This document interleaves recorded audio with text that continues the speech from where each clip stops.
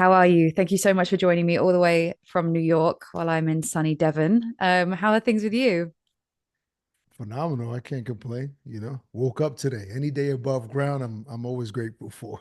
Yes, of course. Yes, blessed and grateful. So we might as well jump straight into what is at the fresh of everybody's minds right now, which is Chris Eubank Jr. and Conor Benn, because obviously the fight happened last night. Um, Give me your thoughts. Give me your thoughts and feelings. Oh man, I mean, I'm in agreement with how most people feel. I thought it was a phenomenal fight. I think it brought a lot out of both guys. I think that I mean the fathers being there, obviously Chris Eubank Sr. being there added to the whole dynamic of the event and both fathers walking out. Because I'm a guy. One thing about me, when it comes to boxing, I'm a hardcore fan since I was 4 or 5 years old when I first walked in the gym. So I love everything about a fight night, right? Not just the fight.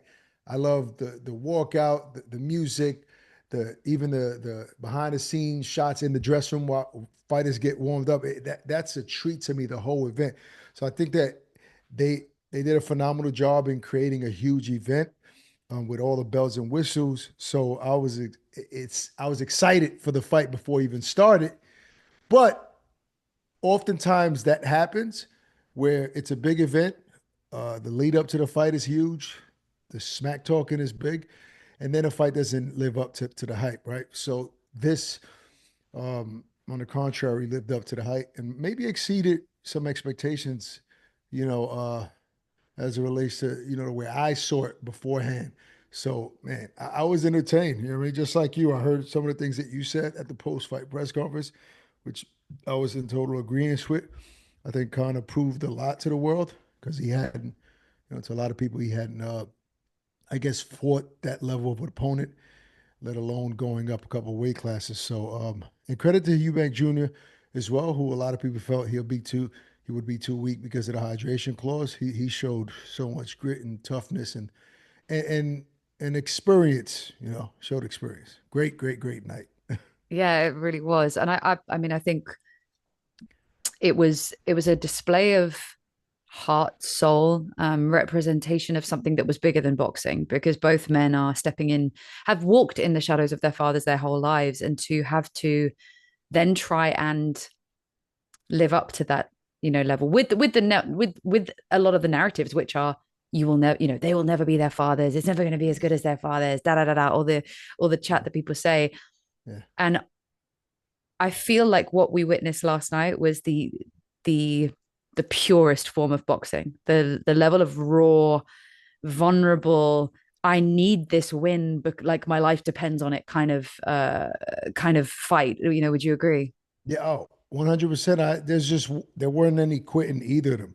I thought Chris was hurt a couple of times. I thought Connor hurt him a couple of times, and after I forget what round it was, but there's a round that kind of landed a big shot, and and I thought that Chris would probably go down.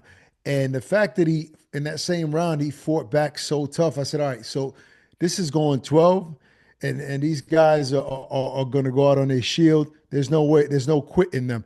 And I truly feel, being a father myself, a son myself, that them knowing what was at stake with the legacy of their last name and their fathers and all of that pushed them through those hard moments, where Connor was so tired, like dead tired. I think that played a major part in this fight. I think, and I don't want to say he wasn't prepared or wasn't in condition because this level of event it takes so much out of you, the anxiety, everything. It makes you tired before you even throw a punch. Just the intensity of it. So I think if Connor maybe was not as tired in midway through that fight, maybe it would have ended different. Who knows? No excuses. But I think that they both were pushed through from the spirit and everything that their fathers created years before. So yeah, I mean, I was I was impressed with both guys, honestly. I agree. I actually think I was saying to a friend of mine that Connor was so probably the best way I can describe it is feral when he got in the ring. He was so chomping at the bit.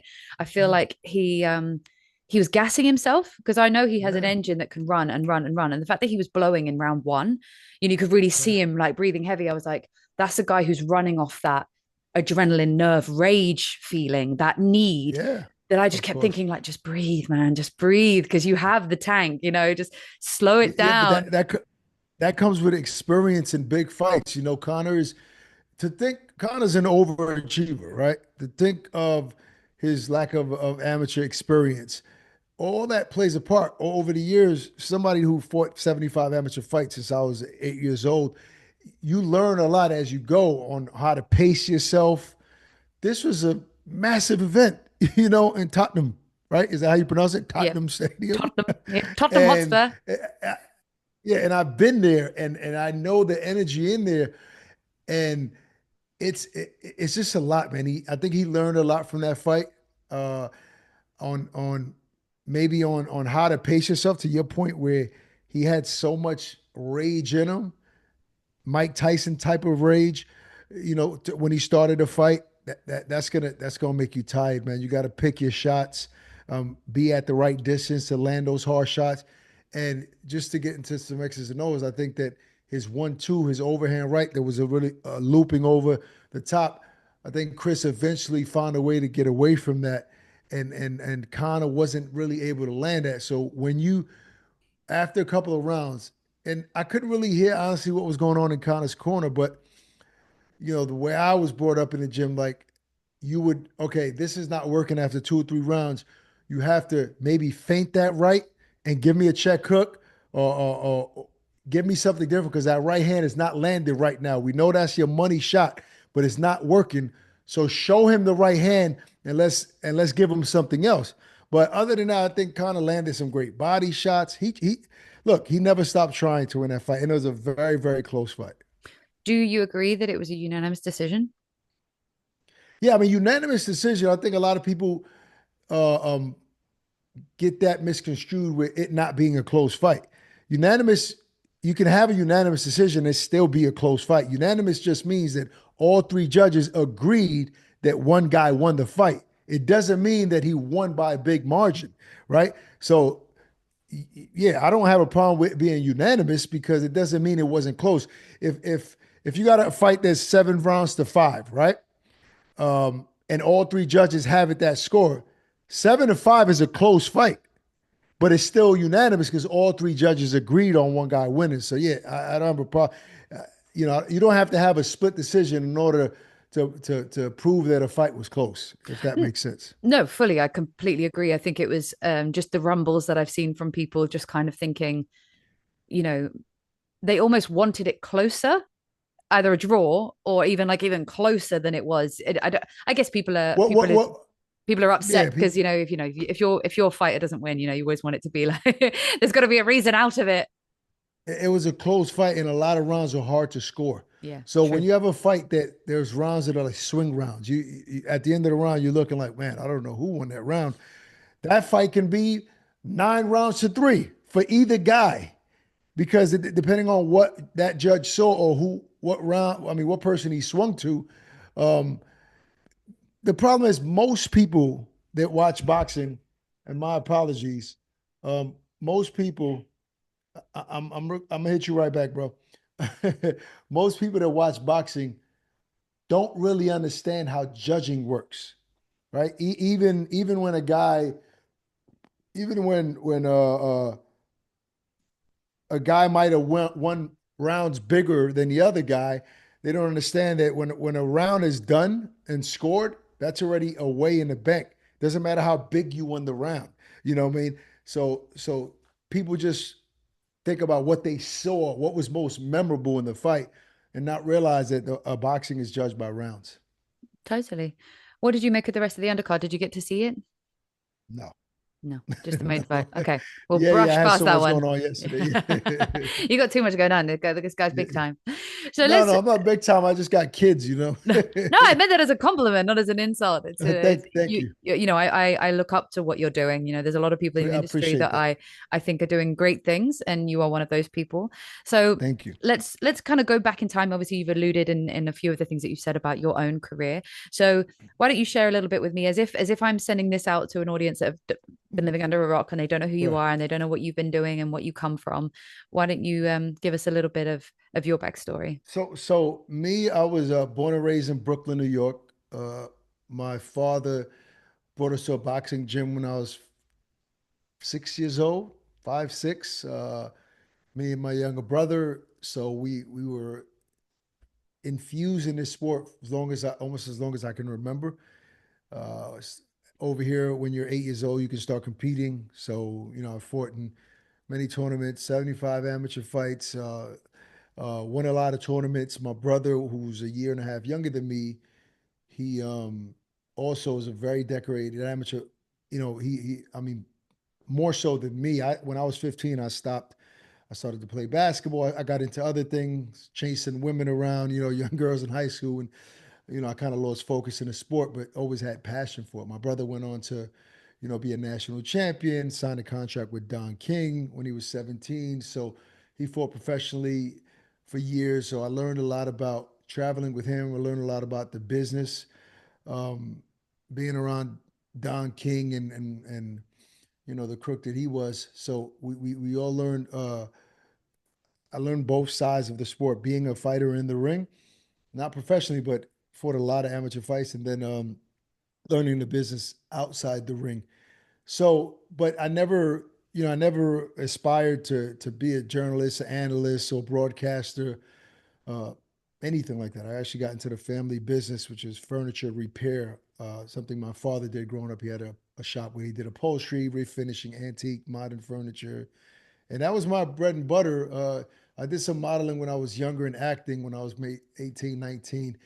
And then I just got into the family business, fixing furniture for years. It was how I have a 16-year-old son. It's how I fed my family. And I would say 2010 or 11. I always get that confused. I got to look back, but a friend of mine started a internet radio station here in New Jersey, which where I live now. And this is when, kind of internet radio became a thing. It was a small hip hop station. There were really no listeners on the station. He just said, "Hey, if you have time, you always been good with words. Why don't you host a show talking about pop culture, music, hip hop?" So I said, I'm free on Mondays. I didn't work on Mondays in the furniture business, so it was a hobby. Me and a close friend of mine, which is you know, a friend of mine for 35, 40 years. We decided to go there on Mondays and talk for an hour on a station that had 3 people listening. You know what I mean? It was there was no money involved. It was just a hobby. But I noticed after a few weeks, I started talking about sports, and boxing was the sport that I knew the most. So I would I would chat about boxing, and a friend of mine's named Zab Judah, who's an all former undisputed. So I mean, if you any fight fan should know who Zab Judah is. We grew up in the same gym. Zab had a fight in New Jersey, so I asked his team, his promotion company, Main Events, "Hey, I have a big radio show. We would love to have Zab on," which was all a lie because there wasn't a lot of people listening on to the show. I just wanted, I had to embellish a little bit to get him on the show. And my friend and I, we said we're going to do a live broadcast from a sports pub. You guys call it pub over there. Over here, it's a bar. And and so what we did was, and I haven't said this to a lot of people, but at the time, I wanted the the event to look bigger than it really was. So we rented this sports bar. We created a step and repeat backdrop. We red carpet, velvet rope, and we invited every single person we knew, friends, family. We told them you have to be there. I don't care what you're doing this day, you have to come. It was on a Thursday, a few days before the fight, and we hired about 10 photographers, right? Because we wanted to look like there was real boxing media there. Because nobody knew about the event.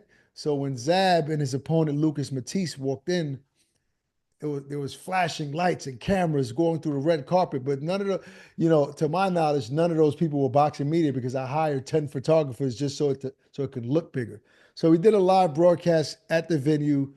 I don't know how many people were listening, not many, but apparently there was one um, boxing media outlet that actually came to the event, unbeknownst to me. So that next day, he wrote an article about the interview that he had witnessed that we did with Zab Judah. A friend, my friend was his name was Hitch, and somebody sent it to me, and it's like, hey, this boxing outlet wrote an article about the interview you did with Zab. You know, I was very green. You know, man, that was the first interview I've ever done in my life, and they said good things about it. And so when I read that, that's really what kind of sparked the idea. You know, I was like, wow, maybe I can talk boxing, interview fighters, you know. But trust me, from that point, it was a long road to the point where I ever made $1 from this business. You know what I mean? It was I was still fixing furniture, traveling to fights on my own dime, going to Vegas just to be pray to get approved for a credential because I wasn't working at a big platform at the time. So I had to finagle. Trust me, I did a lot of faking it till I make it, you know, and saying I work for other outlets that I really technically didn't work for just to get approved for a credential, just to be in the building so I could be at a press conference, so I can be at a post-fight press conference and ask a question. And that's where it started for me. I mean, I from 2010, might be 11. I was just grinding, still fixing furniture, and still investing in myself. And Barack, who many might know him as my co-host, you know, on the Zone, on SiriusXM, and all the platforms that we work on together. We've known each other since I was 14 years old. He grew up in Brooklyn as well. So to kind of make a long story short, when I was still wasn't making any money in the business, ran into Barack after years of us seeing each other when we were teenagers, and he said, "Listen, I see you're, you know, kind of involved in this boxing world. Like, I would love to be a part of your team. I don't care what I have to do." But, you know, I said, listen, I'm not making any money from this. I'm just showing up to fights and trying to be involved in the sport. And he's like, I don't care. And I said, well, we need somebody to film some stuff. You know, do you have a camera? He said, no, but I'll buy one. He bought a Nikon camera, and Barack started filming for me and Hitch. Um, you know, we eventually went to a bigger internet radio station in Brooklyn, which we had to actually pay them for us to be on there to host a show once a week, right? So not only were we not making money, we actually had to pay to be on a platform to host a show. But the station was a bit bigger. It looked a little bit more legitimate. So we got some fighters to come on the show. One really known the first fighters that actually ever supported us, and we're indebted to them to this day, was Peter Quillen, Kid Chocolate, who's a former middleweight champion of the world, and Daniel Jacobs, also former middleweight champion of the world. They both lived in Brooklyn, and they gave us the time of day when we didn't have a big platform at all, which gave us, I guess, some legitimacy that we're talking to, you know, real fighters and yeah, I mean that's when it started. So I think the pivotal moment in my career to kind of like land the plane here was when I was at the Barclay Center. I don't remember what fight I was covering, and a week before that, we couldn't afford to pay the internet radio station we were working on called DTF Radio. we we couldn't afford to pay them the weekly fee they was asking for us to be on the station. Like we had a manager that was paying a fee, and he disappeared. We came one Monday to do the show. He said, "Hey, you guys didn't pay your dues." We didn't even know that dues were due. We didn't know that somebody was paying for us to be on the show. And we was like, "Huh?" And he's like, "Yeah, you guys can't do the show anymore." That same week, we were at the Barclay Center, and this is a lesson to a lot of people, what I'm about to say now, because instincts and gut feelings are so important. Even as cliche as that sounds, it's so real because I was at the media in the back of the Barclay where media uh, sometimes they gather, they eat before they go watch the fights. So it's a little area where a lot of media members are there. So Barack was in the audience. My boy Hitch, who I hosted the internet radio show, was there, and I went to the back to grab something to eat. I saw a gentleman that had a credential on his neck because I know a lot of there are other fights that a lot of people are wearing wristbands for credentials now, but back in that day, you're right. Back in that day, the media credentials were. I'm pretty sure you've seen them. I have so many. Like the tags, yeah. I Yeah, had one yeah, every yeah. day for Eubank Ben, and then we got a wristband for Right, yesterday. So yeah, right. So this was like, look, this was Canelo, sick. Mayweather. Floyd, right? Yeah. So I seen this gentleman that had a credential and it said SiriusXM Radio. So I don't know if you guys are familiar with it, but over here, SiriusXM Radio is satellite radio, right? So it's like nationwide radio. It's a big deal. And this guy had a credential on that said SiriusXM Radio Combat Sports Channel. So I looked at it, and there's a friend of mine that actually had worked at the station from time to time. So I asked him for advice. I said, "Hey, do you know that guy that has a SiriusXM credential?" He says, "Yeah, yeah, he's a program director for SiriusXM, producer, something like that." And I was like, "Oh, word, I would like to talk to him. Maybe pitch our show or something." And he said, "Don't worry, don't waste your time. That station is." They're stuck in their ways. They have two hosts, the older guys. They don't want any young guys that have like that are part of the hip hop culture, so to speak. Don't waste the time. Those people are stuck in their ways. That station. So he was projecting what his experience or whatever he went through on me, which discouraged me. So I said, "Damn." I went to my seat in the arena, and then all glory to God who gave me an urge to say, man, fuck what this guy's talking about. I'm about to go back to the media room and just introduce myself. And I walked back to the room, and he was the last guy there, about to walk back into the arena. And I called him. I said, "Hey, my name is Ak."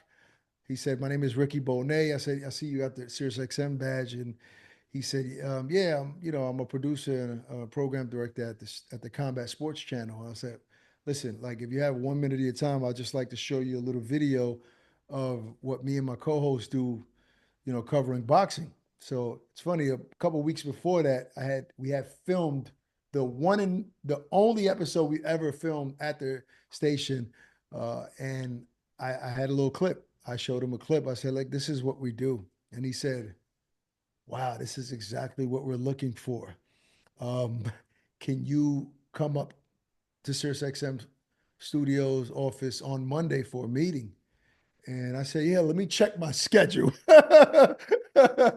And the rest is history. When we got up there, they offered myself, my co-host, um, a deal for 1 day a week to be on SiriusXM to have a show on there, and that was a big deal. That's the first time we were ever made $1 from this business. So it was 5 years of just straight grinding, not making any money, and it wasn't tons of money either, but it was something. And we were on a big station, and eventually, long story how Barack ended up being my co-host, but we uh, we started getting big names because it was such a big platform here.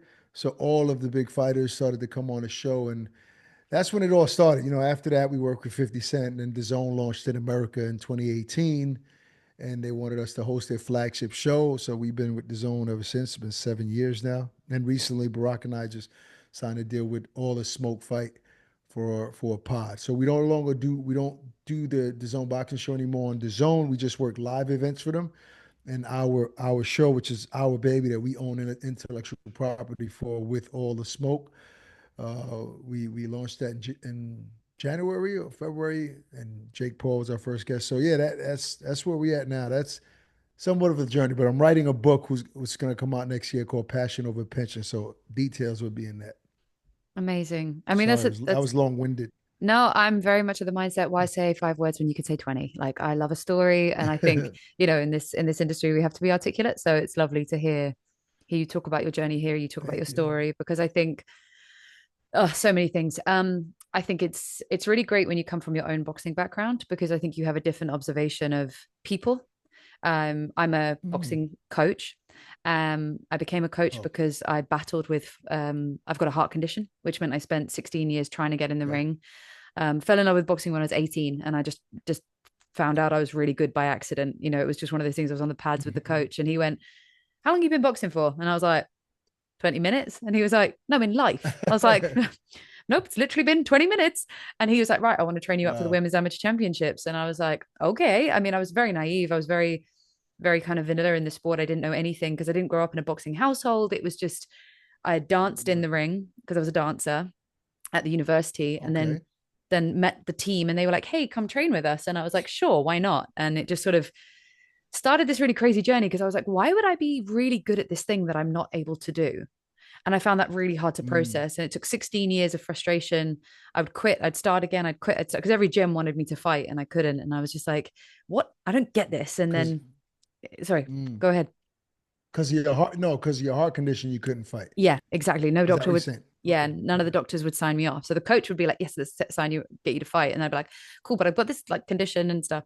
So when COVID came Mm. around, I just decided to get really technically good and decided just, I'm going to just train and just be like, just, just chef's kiss on the technique. That's, and then around 2022, my life went into a very dark spiral. And I was like, I'm going to fight. Fuck it. I'm going to fight because Mm.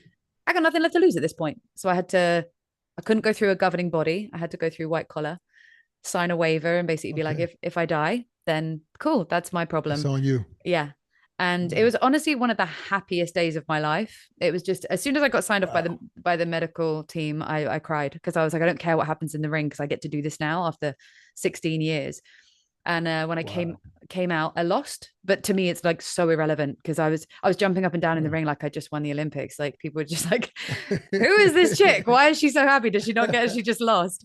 And and then from there, I was like, well, That's I was like 33, so I was like, my career in this game is kind of dead, and it's so hard to navigate my heart condition even now. So I was just like, I'm gonna train up mm. and be a coach because I love this so much. But I think my whole Right. point in telling you that Wow. story is that my view as I come in is I see people as from like a human and a coach's perspective, and I think probably what you Hmm. have as and that's built your success on, regardless of financial, people are listening to you and were listening to you even if the money didn't come in, people were listening to you, is Right. you had that heart and soul because you understood people, you understood the sport from a Mm. different level because you'd had your own experiences. One of the Right. things that I love about this beautiful crazy game is the mentality around it, the ways that Right. you have to navigate your mind. Like, did you find that you have quite a strong sense of self, quite strong sense of mind, that determination and that grit because you had that boxing career? Do you think that was something that you were born with? Do you think that was something that was bred into you from the sport? Like, what do you think it is? I mean, first off, yeah, yeah, that's an amazing story on your end, and kudos to you for making that risky decision because of your passion. So it's I can't say if I was. It's hard to say if you're born with something, right? I mean, I think that you develop who you become just through the years. Maybe maybe there's some genetics of having some sort of ambitious trait that comes from somebody before you. Maybe you learn that along the way. I think being involved in a sport as a fighter and being around so many fighters, growing up in a gym.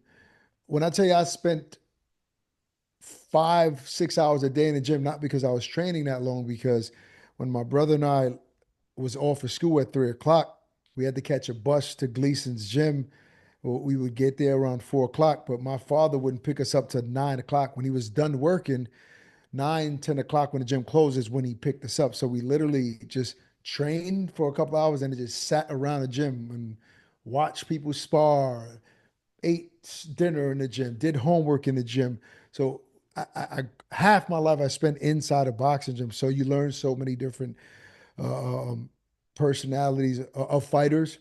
So I think one of the reasons why I love this sport so much, outside of it being the greatest sport in the world, is fighters aren't like other athletes in a sense of when you like in America, the biggest sports are like NFL, football, NBA, basketball, MLB, baseball, hockey.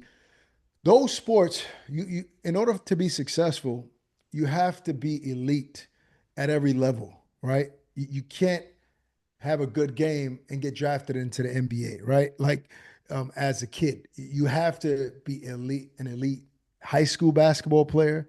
You have to be an elite college basketball player at every level, and even still, the very small percentage of all of those elite athletes get drafted into a professional team. It's different in boxing. In boxing, you can be a journeyman, and your life can change with one shot, one punch, one opportunity. So one fight can literally change your life.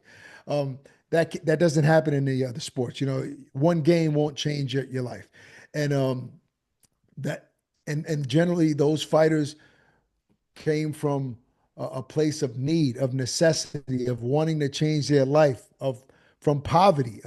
So that's why I have so much respect for guys like Connor and Chris and Jake Paul, because these are people that I don't want to say, I don't want to assume that Connor or Chris grew up with a silver spoon in their mouth, but I know they didn't come from the type of fighters I watch growing up, where they lived in the projects, or they were fatherless in fatherless homes, and didn't know where a meal was coming from. A lot of fighters came from that background, and I love to see the stories of those guys that came from nothing and one night changed their life. That's yeah, that's definitely something I think is magic. Did you see the Shakur Stevenson Josh Padley situation on the Yeah, of B2B course. of Bivol card? Yeah, of course. Yeah, of Yeah, course. Shakur is a good friend of mine. yeah, So, yeah. so Padley is a perfect example of that. You know what I mean? And what he's done. He's just coming off a win after the Shakur fight. So, love to see that type of story, man. And it's you have to be ready for that moment, right? He was ready when his number was called, and that's the story of a fighter's most fighters' life. You know, people got to understand, a very small percentage of professional fighters make real money. Very less than 1% of fighters make any significant money. Most boxers have to have other jobs in order to sustain their life and feed their families. It's not. This is not I'm a professional fighter. This is what I do for a living. Most fighters can't do just that. So I'm happy for that gentleman. Yeah, that's it. That was one of my Josh and I trained together in Marbella, and he was a really solid guy. Wow. He was very, he was ready even then. This was 2 years ago, and I remember thinking at the time, like, this guy's just ready. He's just so ready. So when he got the call, I was like, yeah, that makes total sense based on the guy I met out in Marbella. Like, I'm like, yeah, this is the guy that's always ready. It makes sense. With Yeah. with all of that in mind, obviously, like I've just given an example. When I met Josh, he was ready. He walked around ready. He Yeah. was like, he'd come a kilo or two away from his weight. He was always on it because he was like, but I know I want this. I know I'm going to achieve this, and this is going to happen. Did you see Yeah, or even fighters, just to chime in and throw something else in it, even fighters that have been considered journeymen and people would count them out in the ring. Eventually, like there's a fighter, a lightweight by the name of Freddie Pendleton. For those that don't know, look up Freddie Pendleton, right? He's a lightweight that has 16 losses. He's a guy that was considered written off by everyone in the sport and eventually became world champion after 16 losses, right? This is a guy that, and then went on to have big fights after that and make money. So you have to have a supreme self belief in yourself, because you will reach, some fighters will reach a point where nobody believes in them.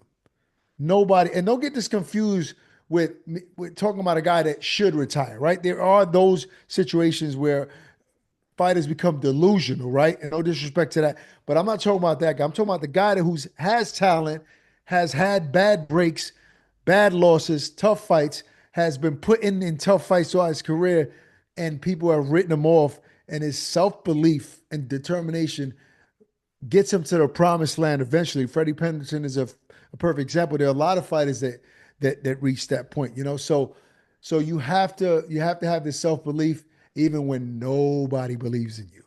Nobody.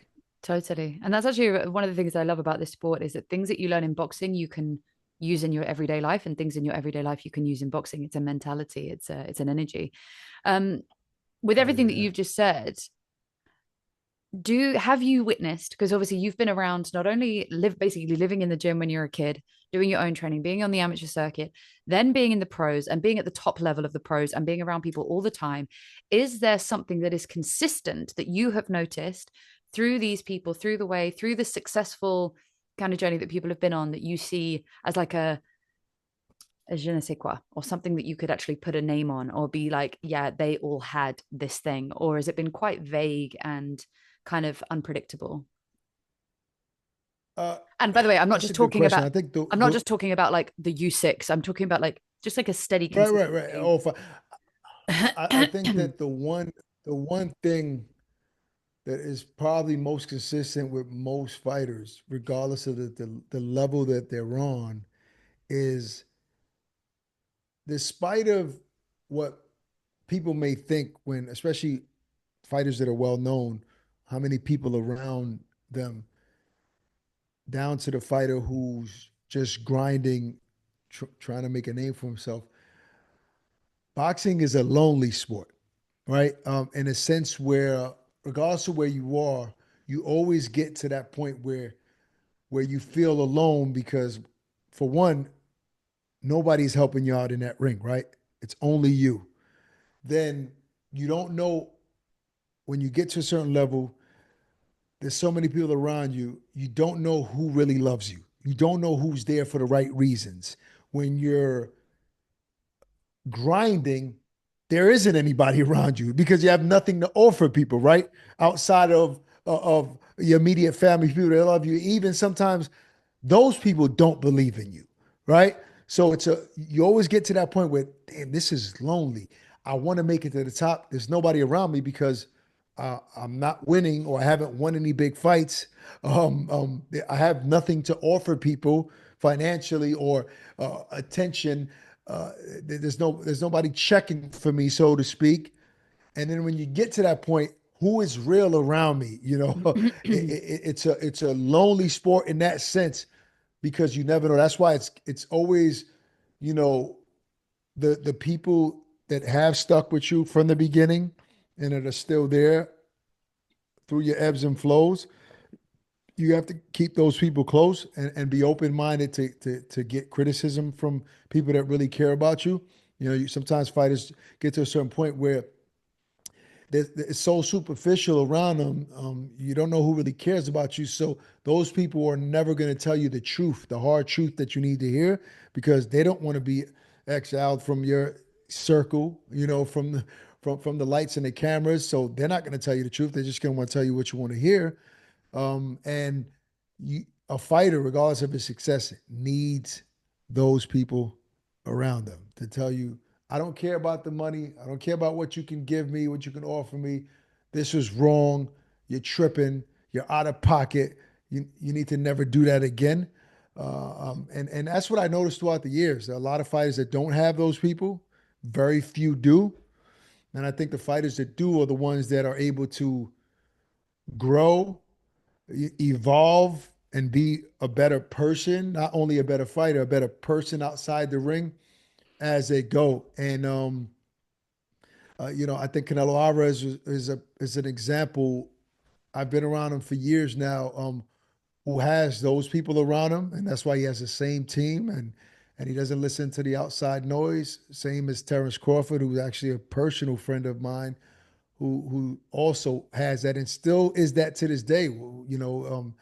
You can have a honest, genuine conversation, and he's the best fighter in the world, in my opinion.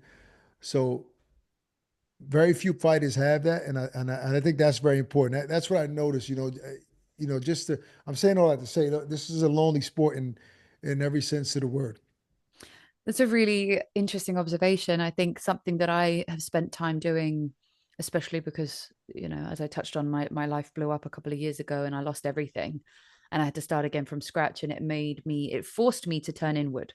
So it forced me to look at the spaces where I might be seeking validation, or reaching for external sources, or reaching for external opinion to validate me or confirm that I'm okay being me. And if you have a Mm, solidity of self and a solidity of a unit that allows you to grow into that person that says, you're okay being you, but I will also show you that mirror to yourself when you're not being okay. And you learn right. boundaries within yourself and within your unit, you grow to be a better version of you and etc. You built those healthy relationships. And normally it creates a more humble, compassionate, and empathetic human being who can, hold steady. I think Yeah, exactly. one of the things I like to bring to the table in the space, because of the journey that I've been on, is having that mentality when I work with fighters as a coach, when I work with people as a coach, but also when I have conversations with people. I met a very big name in the boxing industry. I won't drop his name because it was on personal terms, so I don't want to throw that one under the bus, because it was a special moment that we had away from all the buzz. It was just, we met through friends, and we ended up just having like a really big, deep, and meaningful. And I remembered coming into the situation knowing that I was going to meet this person, and obviously Hmm. being a boxer and a boxing fan, it's very easy to, if you don't ground yourself, to get, even, an observer, be get caught up in the, oh my god, but this is this person, this person who I really think is very cool, and da da da. And I remembered Hmm. saying to Yeah, yeah, myself, of course. go and see if you like them, Hmm. as if you don't know who they are. Just go and see if Right, you like them as a person. Listen to what they have to say. See if they ask you any questions. See if they meet you as a human, or if they right. they treat you how you look up at them. If that makes sense. So if you come in as a human, let's see Of if they course. they match energy, kind of thing. And we had Yeah. this really great 45-minute conversation. And I just called them out on a lot of their shit, and they like pushed back, and we got into like a debate, and we had banter. And what it created was Hmm. a real level of respect, of human respect, because, and afterwards I was like, I really like this person.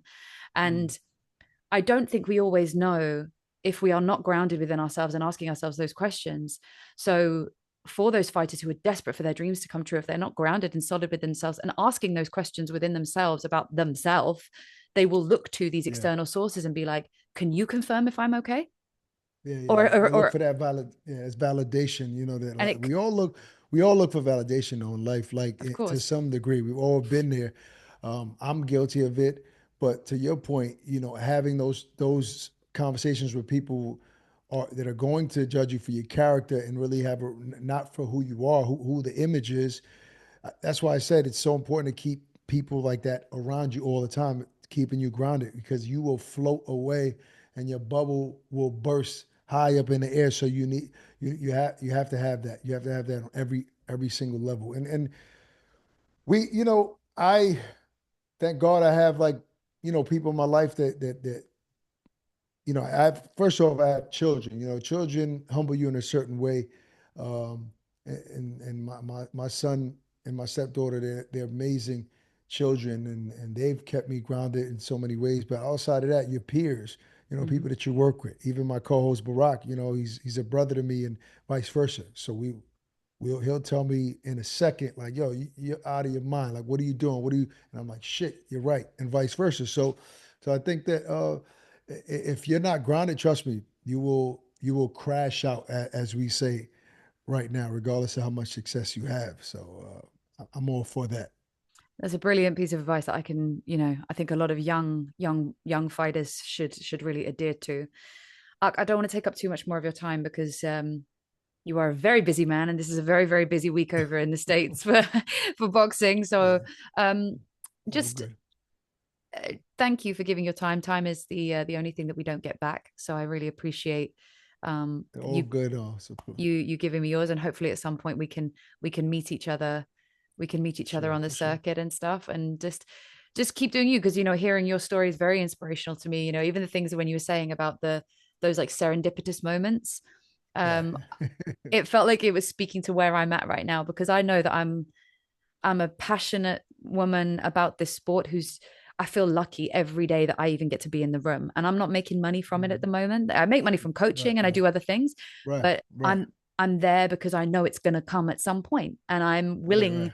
to do that sacrifice because I love it so much, and I'm so grateful to be there. And I think, it's I hear what the passion. I hear the passion in your voice when you speak, and I've been following you as of late. I think my bro Ade is how I became aware of who you are. I think you might have posted something with him, and Yeah. he's a good friend of mine. So yeah, now, even the question that you posed to Connor and the statement that you made before that, says a lot. So I see a lot for you in the sport. So yeah, keep grinding, man.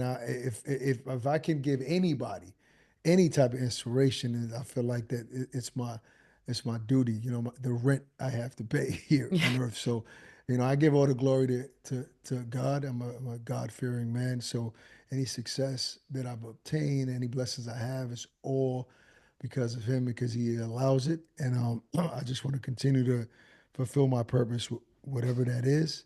And so I wish you the best. And it's been an honor, and I'm grateful that you had me on the show for sure. Thank you so much. And I wish you all the blessings, all the luck in the world, all the more success because you very much deserve it. And hopefully, yeah, Thank you. we'll speak and see soon. Yeah, yeah. I'll be there in a couple of months, for some premiere of some documentary I was a part of. So I'll tap in with you. Maybe we'll link up. Magic.